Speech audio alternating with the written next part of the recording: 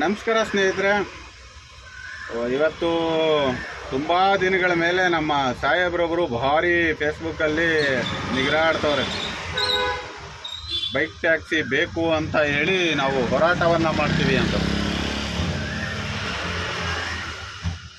ಇವರು ಕೂಡ ಲಾಯರ್ ಅಂತೆ. ನಮಗಂತೂ ಗೊತ್ತಿಲ್ಲ ಅದು ಎಷ್ಟು ಗೆದ್ದಿದ್ದಾರೋ ಏನು ಅಂತ. ಅವ್ರು ಮಾತ್ರ ಎಲ್ಲ ಫೇಸ್ಬುಕ್ಗಳಲ್ಲಿ ಕೆಲವೊಂದಿಷ್ಟು ಮೀಡಿಯಾಗಳಲ್ಲಿ ನಾನೇ ಎಲ್ಲ ನನ್ನಿಂದಲೇ, ನಾನು ಬಿಟ್ಟರೆ ಯಾರೂ ಇಲ್ಲ ಅಂತಕ್ಕಂತಹ ಒಂದು ದೊಡ್ಡ ಧ್ವನಿ ಮಾಡ್ತಾರೆ. ಇವರು ಹೇಗೆ ಅಂದರೆ ಕೆಲಸ ಮಾಡೋರು ಎಲ್ಲೂ ಕೂಡ ಮಾತಾಡಲ್ಲ. ಅವರು ಒಂದು ರೀತಿ ಕೋಗಿಲೆ ಇದ್ದು ಹಾಗೆ ಅವರ ಮಾತುಗಳು, ಅವರ ತೂಕಗಳು ಎಲ್ಲಿ ಬೇಕಲ್ಲಿ ಬೆಳೆಯುತ್ತೆ. ಇದೊಂಥರ ಕತ್ತೆ ಇದ್ದ ಹಾಗೆ, ಸುಮ್ಮನೆ ಸಿಕ್ಕಿತ್ತಲ್ಲೆಲ್ಲ ಕಿರ್ಚಾಡ್ತಾ ಇರುತ್ತೆ. ಈಗ ವಿಚಾರಕ್ಕೆ ಬರೋದಾದರೆ, ಸಾಹೇಬ್ರು ಹೇಳ್ತಾರೆ ಬೈಕ್ ಟ್ಯಾಕ್ಸಿ ಬೇಕು ಅಂತ ಹೋರಾಟವನ್ನು ಮಾಡ್ತೀವಿ ಅಂತ. ಅದಲ್ಲದೆ ಕೆಲವೊಂದಿಷ್ಟು ರಾಜಕಾರಣಿಗಳ ವ್ಯಕ್ತಿಗಳ ಹೆಸರುಗಳನ್ನ ತೆಗೆದುಕೊಳ್ತಾರೆ.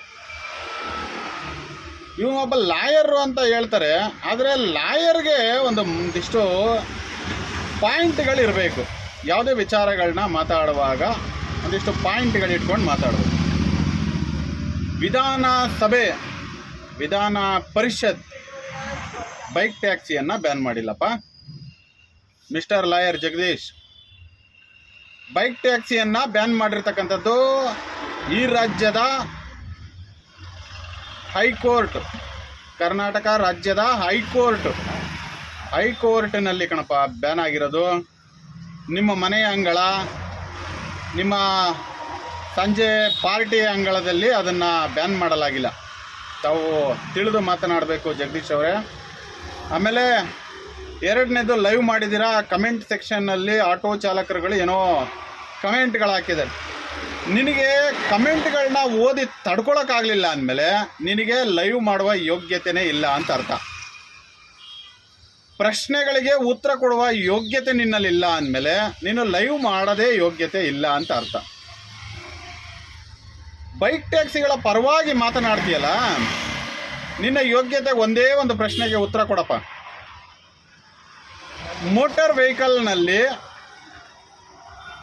ದ್ವಿಚಕ್ರ ವಾಹನದಲ್ಲಿ ಸಾರಿಗೆ ಸೇವೆ ನೀಡುವ ಸಂದರ್ಭದಲ್ಲಿ, ಅದು ಯಾವುದೇ ಆಗಿರ್ಬೋದು, ವೈಟ್ ಬೋರ್ಡ್ ಸಂಬಂಧಪಟ್ಟ ವಾಹನಗಳಲ್ಲಿ ಅಪಘಾತಕ್ಕೆ ಒಳಗಾದರೆ ಪರಿಹಾರವನ್ನು ರಾಜ್ಯ ಸರ್ಕಾರ ಕೊಡುತ್ತಾ, ಇನ್ಸೂರೆನ್ಸ್ ಕಂಪನಿ ಕೊಡುತ್ತಾ, ಇಲ್ಲ ಯಾವೊಂದು ಸರ್ವಿಸ್ ಕೊಡ್ತಾ ಇರ್ತಾನೆ ಆ ಕಂಪನಿ ಕೊಡುತ್ತಾ, ಇಲ್ಲ ಆ ಕಂಪನಿಯಲ್ಲಿ ಕೆಲಸ ಮಾಡುವಂತಹ ಚಾಲಕ ಕೊಡ್ತಾನ.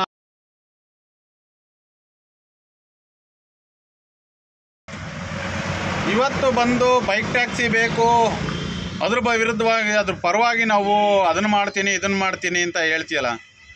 ನಿಮ್ಮದೇ ಕೊಡಗೆಹಳ್ಳಿಯಲ್ಲಿ ರೈಲ್ವೆ ಬ್ರಿಡ್ಜ್ ಅಂಡರ್ ಪಾಸ್ ಆಯ್ತಲ್ಲ, ಅಲ್ಲೊಂದು ಚಿಕ್ಕದು ಕೆರೆ ಮಾಡಿರಲ್ಲ ಮಳೆಗಾಲದಲ್ಲಿ, ಅದನ್ನೇ ನಿನ್ನ ಕೈಲಿ ಸರಿಪಡ್ಸೋಕ್ಕಾಗಿಲ್ಲ. ಇನ್ನು ಊರವ್ರದ್ದೆಲ್ಲ ಸಮಸ್ಯೆ ಬಗೆಹರಿಸ್ತೀನಿ ಅಂತ ಬರ್ತೀರ. ನಿಮ್ಮ ಕೆಲಸ ಎಷ್ಟಿದೆ ಅಷ್ಟು ಮಾಡ್ಕೊಳ್ಳಿ, ನಮ್ಮ ಕೆಲಸ ಎಷ್ಟಿದೆ ಅಷ್ಟು ಮಾಡ್ಕೊಳ್ತೀವಿ. ಈ ದೇಶದಲ್ಲಿ ನ್ಯಾಯಾಲಯ ಅಂತ ಒಂದಿದೆ. ಯಾರಿಗೆ ಏನನ್ನು ನ್ಯಾಯವನ್ನು ಕೊಡಬೇಕು ಅಂತ ಅಲ್ಲಿ ತೀರ್ಮಾನ ಮಾಡುತ್ತೆ. ಆ ತೀರ್ಮಾನವನ್ನು ನಾವು ಸ್ವಾಗತ ಮಾಡಿದ್ದೀವಿ. ನಿಮ್ಮಿಂದ ನಾವೇನು ಕಲಿಬೇಕಾದ ಅವಶ್ಯಕತೆ ಏನಿಲ್ಲ.